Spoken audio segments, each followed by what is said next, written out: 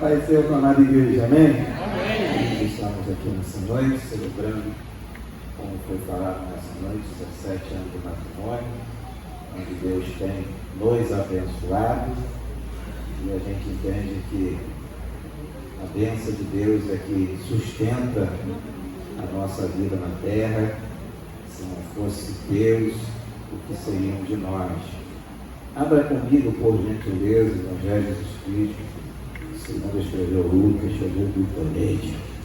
Meu Deus! Lucas, o Evangelho de Jesus Cristo, segundo escreveu Lucas, capítulo 15, versículo 11. Por gentileza, o Evangelho de Jesus Cristo, segundo escreveu Lucas, capítulo 15, versículo 11. Que diz assim: disse um certo homem que tinha 2 filhos. E o mais moço dele disse: Pai, dai-me parte da fazenda que me pertence. E ele repartiu por eles, repita comigo, por eles, a fazenda. E pouco dia depois, o filho mais novo juntou tudo e partiu para uma terra longínqua. Ali desperdiçou a sua fazenda, vivendo dissolutamente. Havendo ele gastado tudo, houve naquela terra uma grande fome, e começou a padecer necessidade. Senhor Deus, nós te adoramos, te glorificamos. Pode o obreiro tocar a cor das luzes, por gentileza. Reverenciamos o teu nome, reconhecemos a tua grandeza, a tua bondade, reconhecemos que o Senhor é o grande sustentador de nossas vidas e o grande sustentador do universo. Não teria um porquê estarmos aqui se não fosse para falar do teu nome, se não fosse para te reverenciar e reconhecer a tua grandeza. Eu sei que os dias são maus, os dias, Senhor Pai, são de guerras e batalhas espirituais, mas eu sei que o Senhor está trabalhando a favor do teu povo e da tua igreja. Não tem obra das trevas, espírito da frieza, espírito da morte. Não tem desânimo, não tem apostasia, não tem nada que para uma igreja, Senhor Pai, que decidiu no domingo à noite vir para a tua casa para glorificar o seu santo nome. Não tem demônio que resiste uma igreja que decidiu abrir a boca e agradecer o seu santo nome e reconhecer a tua grandeza. Não tem uma igreja, Senhor Pai, na terra que é resistida pelo mal, quando essa igreja resolve te adorar e bendizer o teu nome. Nós te adoramos e reconhecemos a tua grandeza. Em nome. Aleluia, Jesus. Glória ao teu nome. Vamos aqui uma passagem. Quem já nunca ouviu pregar sobre o filho pródigo, quem nunca ouviu essa narrativa, parábola contada por Jesus, Jesus no capítulo 15 vai começar a contar a primeira parábola, que é das ovelhas, da ovelha que se perde, e vai colocar nessa parábola que homem que entre vós temos 100 ovelhas e uma dessas se perder, não deixa 99 no aprisco e vai atrás da ovelha perdida. Interessante que nessa parábola de Jesus começa com ovelha, no decorrer da história tem uma festa pela ovelha perdida e depois aparece a festa pela alma ou pelo pecador que se arrependeu. Jesus está apontando e dizendo para os homens, para os fariseus da época, que da mesma forma que eles conseguiam valorizar uma ovelha, ele também era capaz de ir atrás de uma alma, valorizando e entendendo o valor dessa alma. Jesus estava dizendo para esses homens da época que questionavam Jesus por sentar com pecadores, por sentar com pessoas que a sociedade desprezava e dizia que Jesus não poderia estar sentado com esse tipo de pessoa.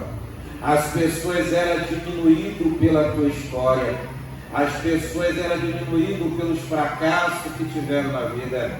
Mas esse Jesus aparece no cenário dizendo: vocês conseguem valorizar uma ovelha? Eu consigo valorizar uma alma. Vocês conseguem ir atrás de uma ovelha perdida, deixar 99 no aprisco? Eu também tenho coragem de ir atrás de um que se perdeu para resgatar e colocar no aprisco novamente. Aí eu vejo no decorrer dessa parábola, Jesus contando uma parábola de uma mulher que tendo 10 dracmas, perdeu uma e perdeu dentro de casa. E a Bíblia vai dizer que ela acende a candeia e com diligência vai procurar essa moeda dentro de casa até encontrar. Enquanto ela não encontra a moeda, ela não para de procurar. Eu entendo que nessa procura ela vai entender o valor dessa moeda, porque só está disposto a procurar alguém que entende o valor do que se perdeu. Só está disposto a colocar tempo, dedicar esforço em cima daquilo que eu entendo que tem valor. Interessante que a ovelha, ela se perde fora. A moeda se perde dentro. A ovelha tinha consciência que estava perdida, mas não tinha o conhecimento ou a condição de retornar. E o bom pastor foi atrás da ovelha que se perdeu. No caso da moeda, a moeda se perdeu. Só que a moeda é um objeto sem vida, sem ação. Então aqui quem tem que reagir para reaver a moeda é a mulher que sente falta da moeda. A moeda era comparada, era como fosse um dote, uma segurança que se o seu esposo viesse morrer, ou que se ela ficasse desamparada na vida, aquelas moedas, aquele valor, era um valor que ia sustentar aquela mulher por algum tempo, até que ela pudesse ter condição de retornar à casa de um familiar, para que pudesse receber ela e cuidar dela. Essa moeda tinha valores e que poderia manter essa mulher até que o seu esposo, quem sabe ferido na guerra, voltasse para casa. Mas uma vez que o seu esposo viesse falecer na guerra, era uma forma de ela conseguir se manter com dignidade e quem sabe até voltar para a casa do teu pai. E eu vejo que essa mulher, ela acende a luz, ela entende o valor daquilo que se perdeu, e ela começa a procurar. E o que me chama a atenção é que às vezes nas nossas procuras, identificando algumas coisas que se perderam, a gente nesse começo de procurar, a gente começa até a encontrar o que a gente não tinha percebido que se perdeu. Às vezes nesse sentido, nessa visão de identificar que alguma coisa se perdeu, a gente começa a procurar uma coisa e no final a gente começa a identificar que outras coisas se perderam silenciosamente em nossa vida. Tem coisas que vai se perdendo silenciosamente em nossa vida. Porque a gente entende que ela tinha 10, ficou com 9. E a pergunta é: 9 é maior do que 10? Que uma, sim ou não? Sim. 9 é maior do que uma. Então, às vezes, a gente vai desprezando uma, porque ficamos com 9. Às vezes, perdemos 2, mas ficamos com 8. E às vezes as coisas vão se perdendo. Mas essa mulher, ela teve uma ideia. luz. Vou começar a colocar a casa em ordem. E vou achar o que se perdeu. Tem valores que não podem ser perdidos na minha vida e na tua vida. Tem valores que não podem ser desprezados na minha e na tua vida. Porque o que pode minar uma casa, uma família, uma história de um crente, às vezes são coisas pequenas que possam minar a tua história. Nas coisas pequenas que possa ser deixado de lado, como se não fosse nada. Porque eu ainda tenho 9, eu ainda tenho 8, foi apenas 2 que se perderam. Mas eu quero profetizar: se Deus botou 10 na tua mão, cuida dos 10 que Ele colocou. A quantidade que Deus colocou na tua mão, cuide daquilo que Ele colocou. Não deixe o que Deus colocou em tuas mãos se perder. Não despreze nada do que Deus colocou em tuas mãos. E se caiu, se sumiu, se perdeu, vamos acender a luz dessa noite e vamos à procura para reaver o que se perdeu dentro de casa. E no ambiente de casa, a gente vai se acomodar. No ambiente de casa, a gente vai se acomodar entendendo: eu sei aonde está nesse ambiente. A hora que eu quiser, eu vou lá reaver. Só que o problema é que às vezes para reaver tem que ter força. Para reaver tem que ter determinação. Para reaver não pode ter se conformado com as perdas. Tem que reagir. E o melhor começo de reagir é quando perde uma, não quando perde 2. O melhor começo para começar a reagir não é quando perde 3. O melhor começo, já que perdeu, vamos começar no início, reaver o que se perdeu. Não vamos acumular perca, não vamos acumular desgraça, não vamos acumular escuridão. Vamos começar a reagir agora. Vamos começar a ir atrás do que se perdeu. Vamos acender a luz da palavra, vamos acender a luz da oração, vamos acender a luz da palavra, do poder, da autoridade, do Espírito. Vamos começar a acender para que aquilo que se perdeu seja achado. E a Bíblia vai dizer que ela encontra, entendendo o valor daquilo que estava perdido, que ela encontrou, ela faz uma festa. E a Bíblia vai terminar novamente na narrativa de Jesus. Já não é uma moeda, já é uma alma arrependida, e Jesus dizendo: tem valor, é precioso para mim. E Jesus dá prosseguimento a essa parábola, dizendo: tinha um homem que tinha 2 filhos, e que alegria é quem tem filho, que alegria é alguém poder se regozijar com uma criança, com 2 crianças, com 3 crianças. Que alegria é acordar de manhã e você saber que, apesar das dificuldades da vida, há uma motivação para que você vença essa dificuldade, porque tem alguém que precisa de você. Tem alguém que você vai empenhar a tua força para dirigir ela durante a vida. Tem alguém que você vai sustentar ela e dizer: eu não cheguei em alguns lugares, mas você chegará. Eu não consegui fazer algumas coisas na minha vida, mas através do meu esforço você vai conseguir fazer. Tem gente aqui que não conseguiu fazer uma faculdade, mas está vendo o filho fazer. Tem gente que não conseguiu estudar muito, mas está vendo o filho estudar. Tem gente que não conseguiu, muitas das vezes, chegar a uma faculdade, mas teu filho está lá e você está dizendo: Deus,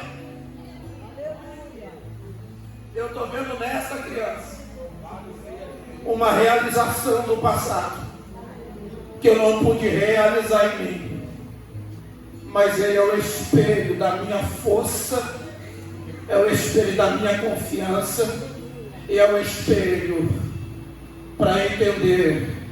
Eu não cheguei em alguns lugares, mas a minha geração chegará.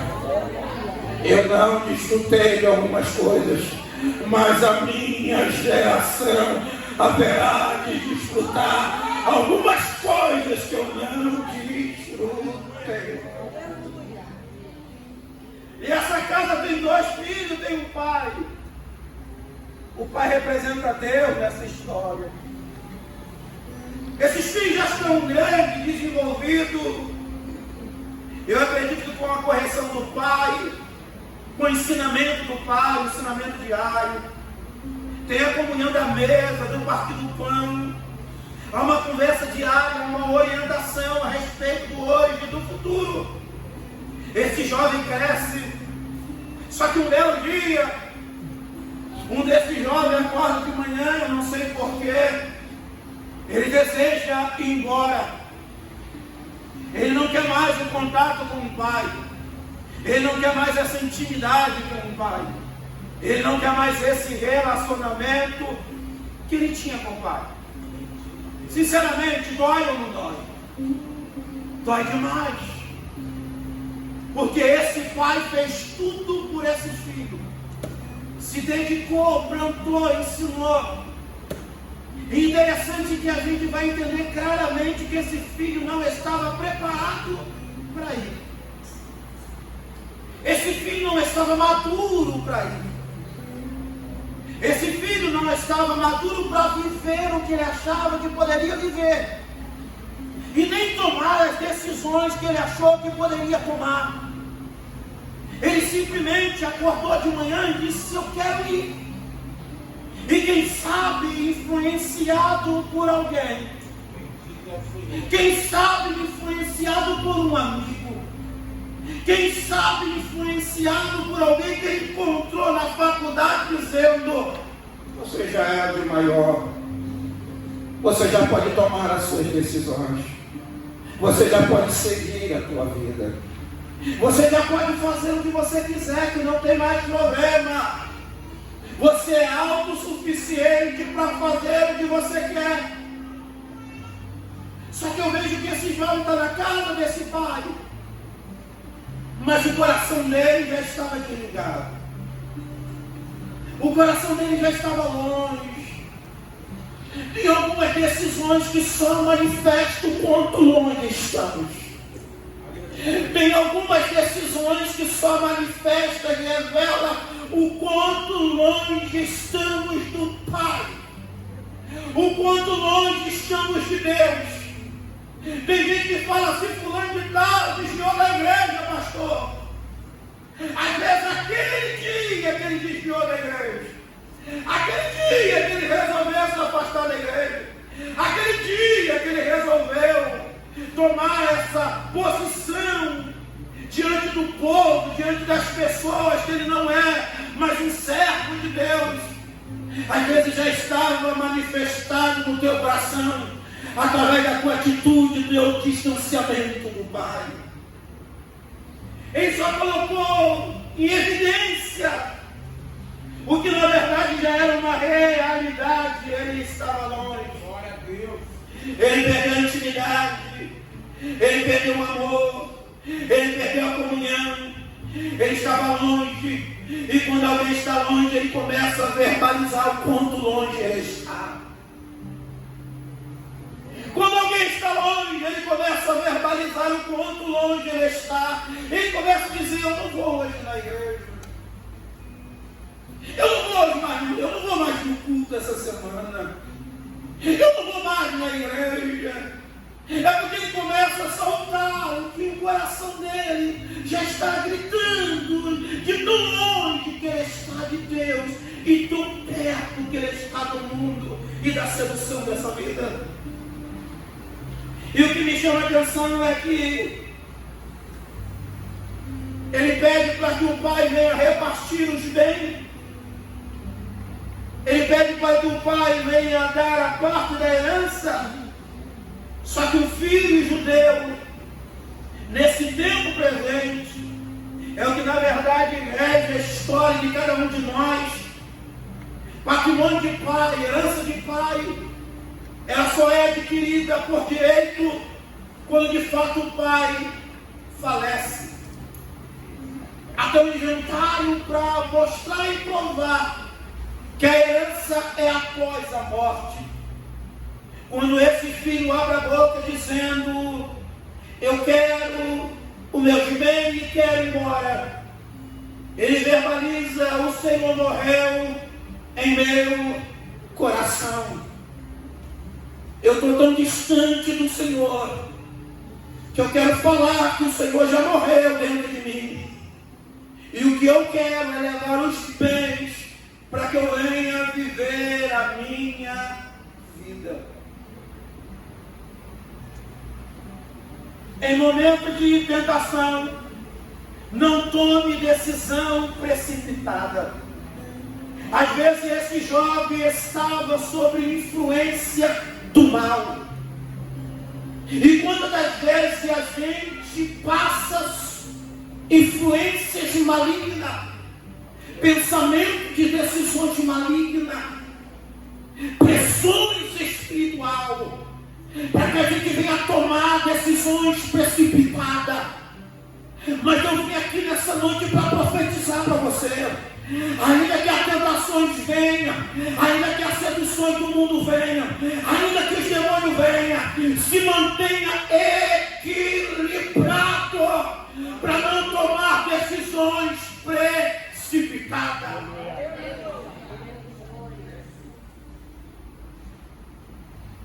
Tiago 4:7. Portanto, submetei a Deus, resisti ao diabo, e ele fugirá de vós. O que é submeter a Deus? Eu estou debaixo de pressão, de tentação, de opressão, mas eu vou continuar sobre a palavra dele. Eu vou continuar sobre o controle dele. Daqui eu não reto o pé, daqui eu não saio. Satanás está me tentando, Satanás quer que eu tome decisão errada, Satanás quer que eu tome decisões precipitadas, mas eu continuo debaixo da tutela do Pai. Eu não saio debaixo da tutela do Pai. Eu vou resistir o diabo e ele vai fugir.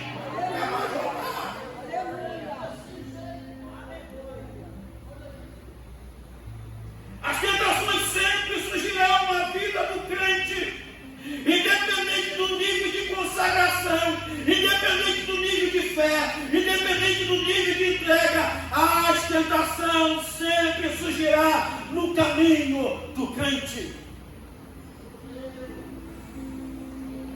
Olha que coisa interessante, Jesus fica 40 dias no deserto sem comer e sem beber, e nem assim, nem por isso o diabo deixou de tentar Jesus. Nem assim o diabo deixou de ir lá para tentar Jesus. E o que me chama a atenção é que Jesus não vai falar duas línguas para mandar o diabo embora. Jesus não vai sapatear no fogo do Espírito para mandar Satanás embora. Jesus vai usar a palavra. Jesus vai usar a palavra. Na hora da tentação, da perturbação, das pressões dessa vida, use o poder e a autoridade da palavra para mandar Satanás embora e resistir ele com todas as suas artimanhas. Use a palavra. Deus. Jesus vence Satanás pelo poder da palavra. Hoje a gente vive um nível de conhecimento muito grande no meio do Evangelho. Hoje não faltam mais doutores. Hoje não faltam mais oradores. Hoje não faltam mais pessoas eletradas. Hoje não faltam mais pessoas muito conhecedoras da palavra. O que falta hoje é uma geração que pratique e acredite no poder da palavra. A gente não pode ser ouvinte, a gente tem que ser praticante da palavra. efeito, mas praticado tem um efeito poderoso.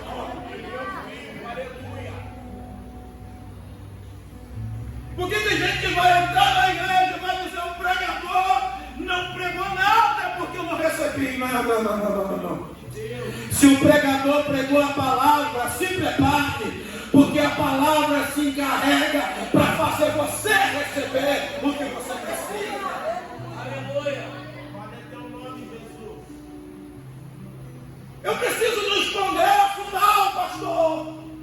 Eu preciso ir naquele congresso do avivamento. Eu preciso ir lá nos Estados Unidos porque tem um mundo que ora.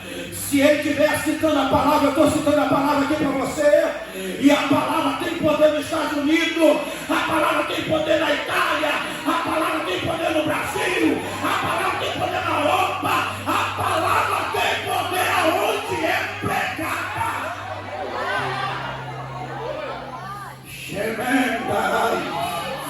É pelo poder da palavra que você vai sair dessa inércia hoje. É pelo poder da palavra que a filha vai te largar. É pelo poder da palavra que esse demônio vai largar o teu caminho. É pelo poder da palavra.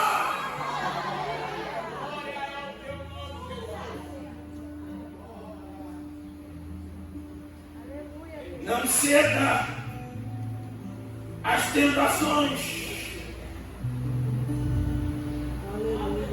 E outro ponto dessa pregação. Repita comigo, ele teve um tempo.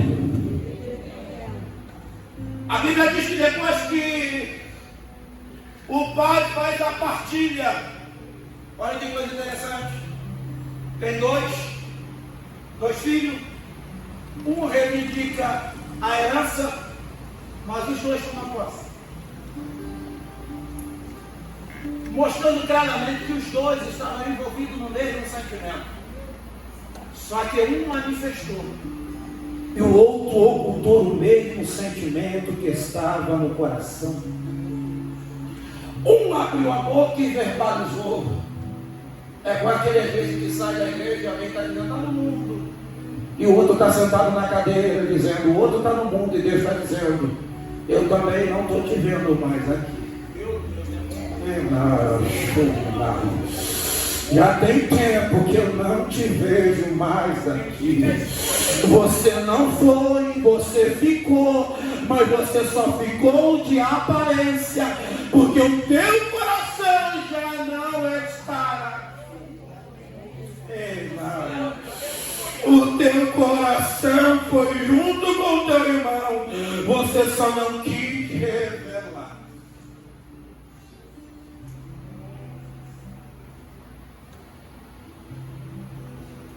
Porque um tempo, ninguém desvia da noite para o dia, ninguém se entrega ao pecado da noite para o dia.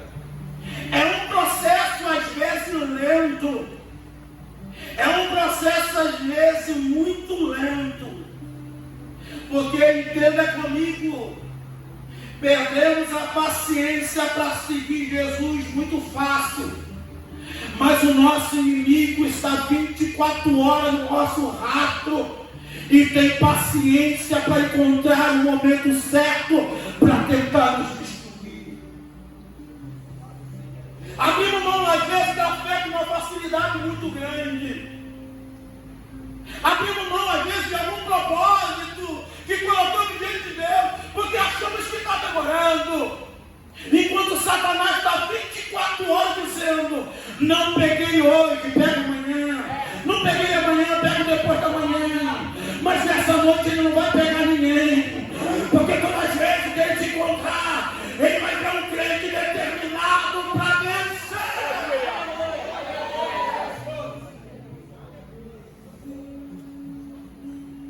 Ele teve tempo para pensar. Estava sob pressão, mas teve tempo para pensar. Não tem melhor ambiente de se estar quando se estiver em guerra do que aqui.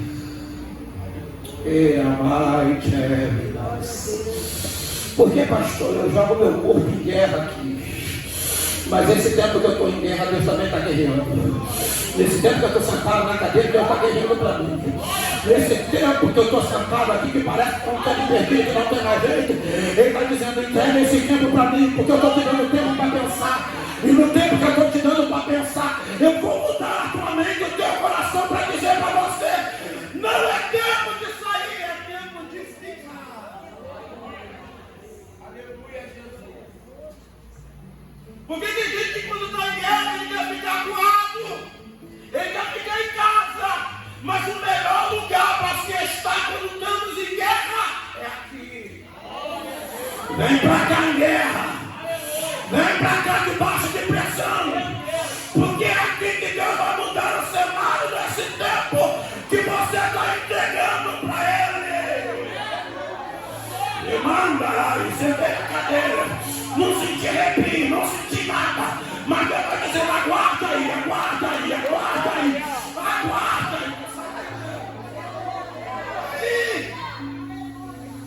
aí. Me dá esse tempo. Eu sei que você tomou uma decisão. Eu sei que você tomou uma decisão. Mas eu vim aqui para te dizer, eu tomei. Eu mudei a tua decisão. Porque a tua decisão não foi sua. A sua decisão foi por causa de pressão. E quem toma a decisão debaixo de pressão erra. Quem toma a decisão debaixo de pressão erra. A melhor decisão é tomada com o coração em paz.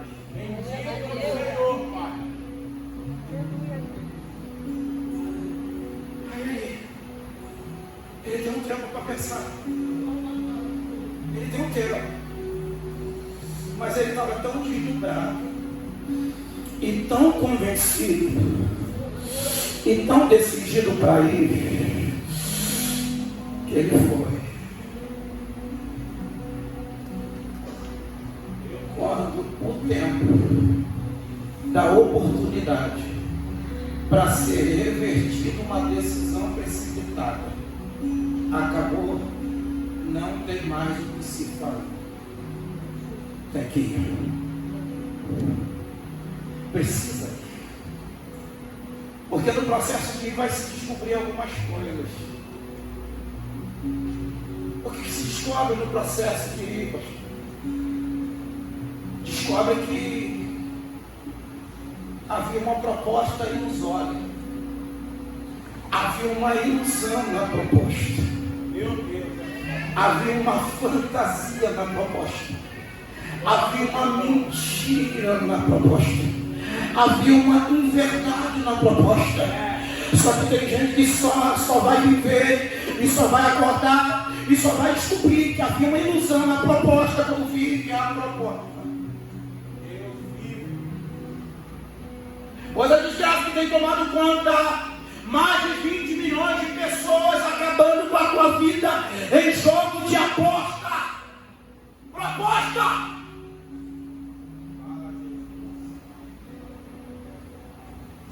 E o que o diabo usa como proposta? Alguém que já tem dinheiro. Os influentes que hoje estão envolvidos em casa de aposta são pessoas ricas que não precisam de dinheiro. Mais de 20 milhões de pessoas cadastradas na Bolsa Família estão deixando de trazer o recurso para casa ou de levar o recurso para casa porque estão viciados em aposta. Sabe por quê? Em vez em quando o computador abre lá e o diabo diz, fica aqui. Aí a gente tem que dizer, aqui não, Satanás. Aqui eu não fico. Aqui você não manda na minha casa. Você não manda na minha vida. Eu não vou abrir porta para você entrar. E eu já estou mandando você sair. Aleluia, Jesus. De vez em quando eu abro. Eles vêm. Você não precisa ir. Eles vêm. Né, pastor? Você abre uma imagem aqui de uma pregação. Daqui a pouco joga em 10. Interessante que no início, para te destruir, ou para tentar nos destruir, ele até paga. Tem um bônus de R$10 aqui para você. Tem um bônus de 30 para você. É só para abrir a porta. É só para deixar ele entrar. É só para ele dizer, ó, tem acesso. Só que nessa noite não tem acesso.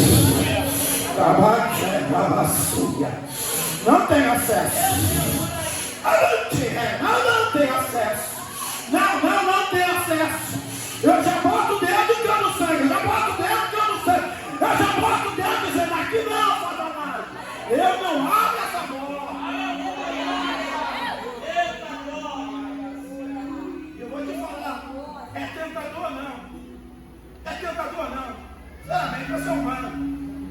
Você clica lá e ganha 10 mil sem trabalhar. 10 mil sem ter saído de casa. Sem ter queimado o rosto com o seu junto com um pingo de solda. Que só a gente sabe como dói. Ter dado uma martelada de manhã cedo, andando dedo. 10 mil reais. Entrou na conta. Só que entenda comigo. Todas as contas de Deus fecha positivo. Todas as contas do diabo fecha negativo. Olha a conta de Deus. 5 pães e 2 peixinhos. Positivo. Positivo. Dá para alimentar a multidão e dá para o menino levar para casa. Dá para levar para casa. Porque na mão de Deus um pouco é muito. A melhor administração da tua vida é colocar na mão de Deus. Aleluia, Jesus. O marido chega em casa, pai, me chama na internet. Eu não sei se é mais ou menos 20 mil reais. Ela foi na conta e jogou tudo. E era o dinheiro da entrada de uma casa. O diabo não só abalou a vida financeira. O diabo abalou uma estrutura de um casamento que não sabe nem se vai ser revido. Porque é um trauma, um peso. O diabo é violar. O diabo quer acesso à nossa casa, à nossa finança, à nossa história. Hoje a terra está dizendo riqueza.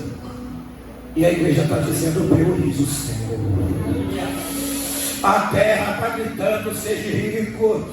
E a igreja está dizendo seja santo. A terra está dizendo tenha muito dinheiro na conta. E a igreja está dizendo tenha o teu nome escrito no livro da vida. Aleluia.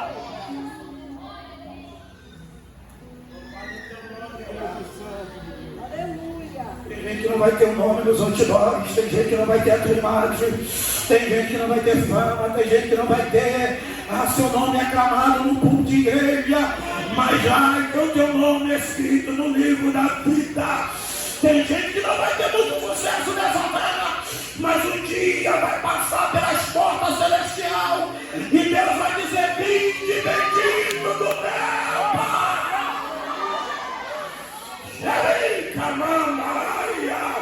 Eu não estou fazendo apologia, pobreza, miséria. Eu estou dizendo para você que o céu é maior do que tudo isso.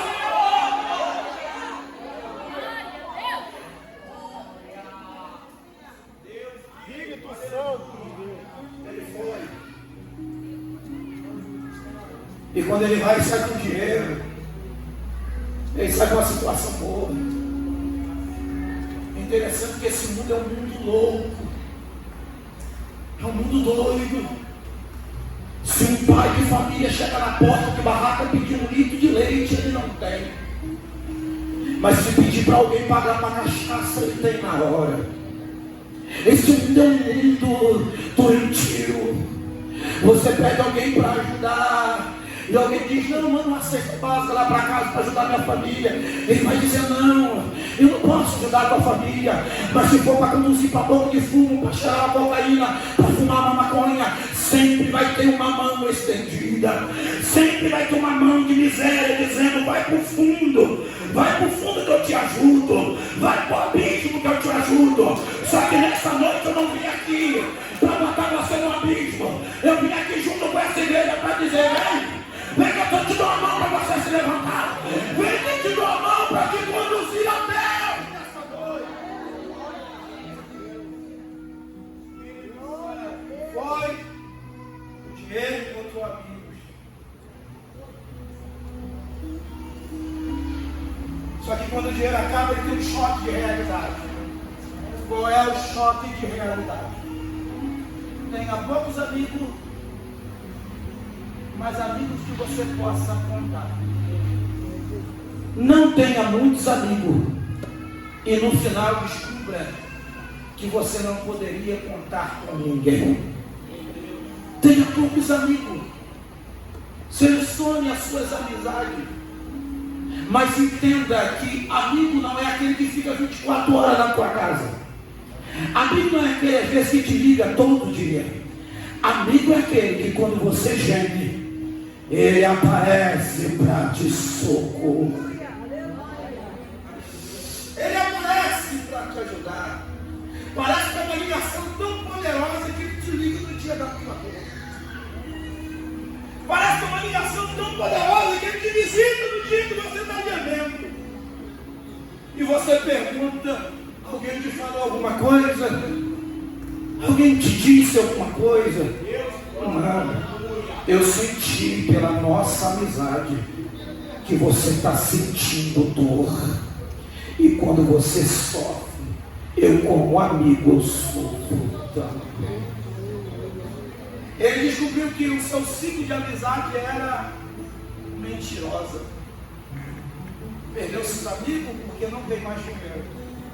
A sustentação da sua amizade ou daqueles que estavam próximos era o dinheiro. Uma vez que o dinheiro acabou, ele não tem sustentação de amizade. Não há lealdade nos supostos amigos que outrora existia quando ele tinha dinheiro. Foram-se embora. Aí agora ele está trabalhando, cuidando de porcos. Numa miséria total. E cuidando de porcos, a Bíblia vai dizer que ele deseja se alimentar das bolotas dos porcos, a farroba, o que os porcos comiam. Só que ninguém me dava nada. É assim que o pecado faz. Patrocina a desgraça, mas depois não precisa dar mais nada. Porque o nível que o mal quer que todo ser humano chegue é o nível dele não precisar sustentar naquela situação. Porque a pessoa já chegou aonde ele queria. Tem gente que está na cadeia agora e não tem demônio nenhum no corpo dele, nenhum. Não tem nenhum espírito no corpo dele. Porque o diabo agora trabalha através da mente, acusando ele 24 horas. Se você não tivesse feito isso, você não estava aqui. Se você não tivesse matado, você não estava aqui. Acusando a mente. E esse jovem está desejoso em comer, mas ninguém lhe dá nada. Só que o que me chama a atenção, que quando a gente olha para esse jovem, a gente vai sentir pena dele, porque ele está com fome. Sim ou não? Sim ou não? Só que entenda comigo. Se tem uma lei verdadeira que precisa funcionar, é a lei da semeadura. E na lei da semeadura, até Deus é justo com o diabo. Tem gente que está gritando: ai, o espinho. Oh, Deus tira o espinho. Ele está dizendo: não, filho, isso é semeadura de quando? De lá de trás. E para mudar a colheita precisa mudar a semente. Para mudar a colheita precisa mudar a semente. Se continuar plantando esse tipo de semente, o que vai ser colhido é a mesma coisa sempre. Porque tem gente que não entende. Eu estou na igreja, pastor. Eu estou aqui muitos anos, mas a pergunta é o que você está plantando. E o que se fala, quando se fala de plantação, não se fala só dentro do templo. Não se fala só na igreja. Quando se fala de plantação, fala de uma vida, o que eu planto em toda a minha vida. Que eu possa ser que eu aqui estou plantando mel e aqui fel. Então vai ter que colher um pouquinho de cada coisa. Não dá para colher só mel. Tem que colher também o que plantou. Se plantou fel, plantou mel, vai colher os dois. Mas a gente está num processo de plantar coisas boas e colher coisas boas. E à medida que a gente vai plantando coisas boas, Deus vai fazendo crescer. Aleluia.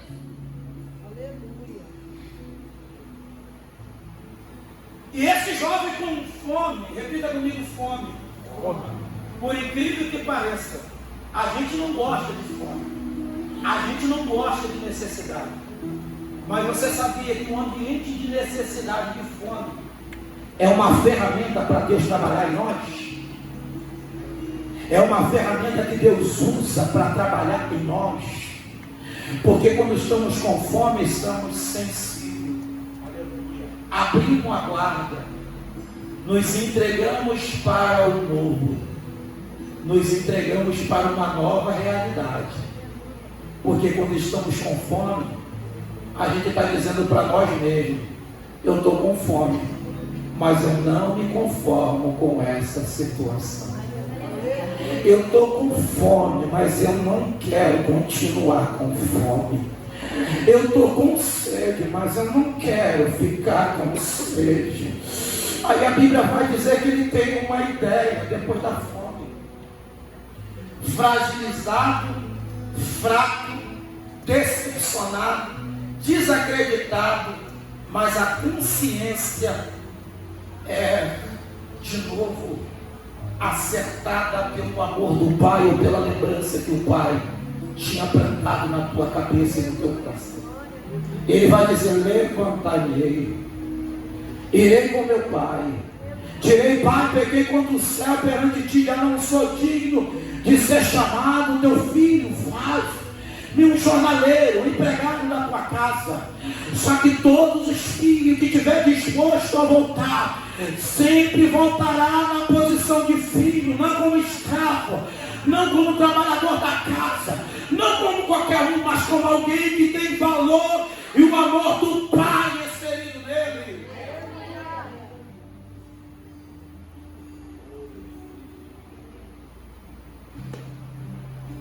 Aí está ensaiando, está voltando para casa. O pai, na expectativa, sempre ia no portão. Repita comigo: no portão. Olhava, ele vai voltar. Eu sei que ele vai voltar. Eu sei o que eu coloquei dentro dele, os valores que eu coloquei dentro dele, ele vai voltar. E quando o pai avista o filho de nós, é o pai indo até o filho. Porque o pai está indo até o filho, pastor. Esse filho, se ele volta para tentar ter acesso à casa do pai, sem o pai receber dessa forma, ele poderia ser apedrejado por qualquer um que viesse ver aquele jovem chegando. Quando esse pai vê o seu filho de longe, ele vestia tipo um vestido. Ele pega o vestido e bota um pouquinho acima e corre em direção ao filho. E quando ele corre em direção ao filho, ele dá um abraço no filho. E quando ele dá um abraço no filho, sabe o que ele está dizendo? Todos que tinham direito de apedrejar esse jovem não terá mais. Eu assumo a vergonha dele. Eu assumo as pedras que seria para ele. Eu estou dizendo para vocês aqui que eu estou perdoando ele hoje. Eu estou dando um abraço de reconciliação e de perdão.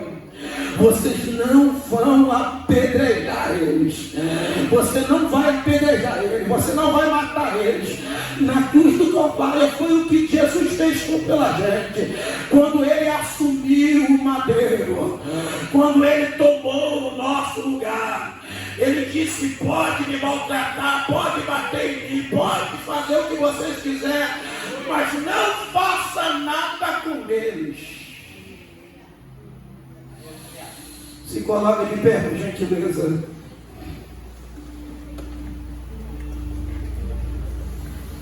Ele protege com um abraço. Ele dá um beijo no filho e diz: pegue roupa. Na época só os nobres poderiam ter uma roupa completa, um vestuário completo.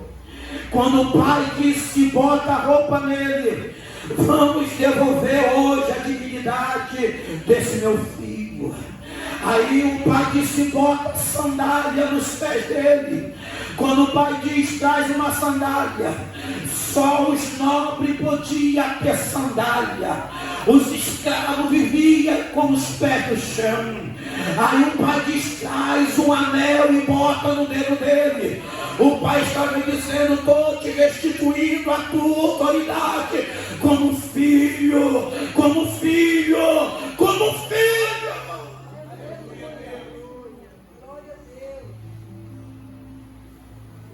E o outro irmão vai dizer, vai fazer uma festa para receber isso aí.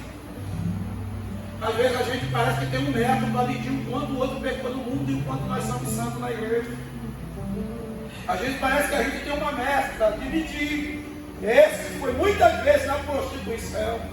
Esse caiu demais. Enquanto o pai está dizendo: o que caiu muito, o que caiu pouco, eles são merecedor de minha misericórdia e de minha graça. O que está lá fora e o que está aqui dentro precisa da mesma misericórdia para ser mantida de pé.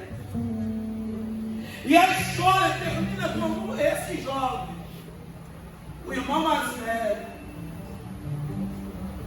em casa, na porta. E essa história não termina.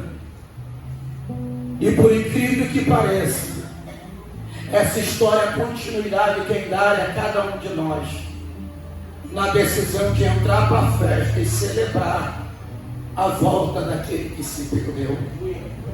O coração de um voltou e o coração de outro precisava também retornar à comunhão da casa. Eu não sei se você entrou aqui: pastor, eu estou afastado e eu preciso voltar à comunhão com o Pai. Eu preciso retornar a essa comunhão. E eu quero entregar a minha alma, o meu coração a Jesus nessa noite. E quero fazer como um filho pródigo que voltou.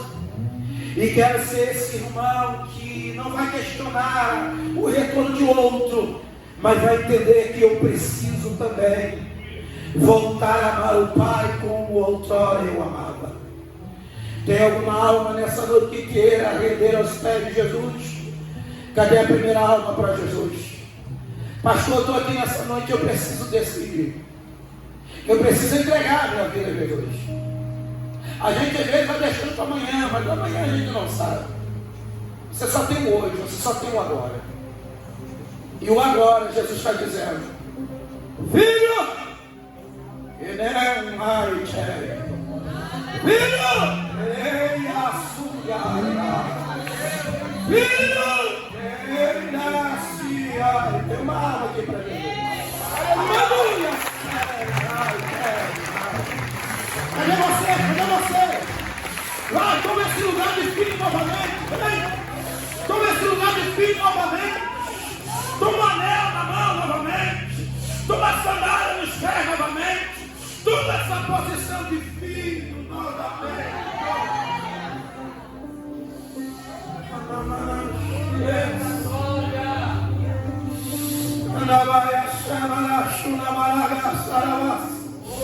Meu coração está aí pulsando.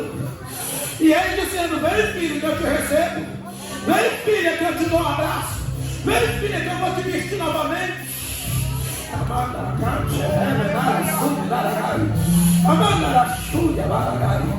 Pastor, eu estou aqui. Eu sei que é difícil. Você está entendendo de pregador. Pastor, eu estou aqui. Eu estou sentindo que eu estou desviado dentro da igreja. Eu estou sentindo que eu estou longe da igreja. Eu estou sentindo que eu estou longe de Deus. Eu estou sentindo, pastor, que meu coração te ligou. E eu quero ligar ele novamente. Eu sei que expor dessa forma é complicado. Porque a gente vê pessoas desviando da igreja e se expondo na internet com um copo de cachaça. A gente vê pessoas desviando da igreja e se expondo com baseado de maconha na mão. A gente vê pessoas se expondo, mas quando chega na igreja as pessoas têm vergonha do que os outros vão falar. Eu não quero saber o que os outros vão falar de você. Eu quero saber o que o céu vai pensar de você. O que Deus vai falar de você. É isso que serve. Meu pastor,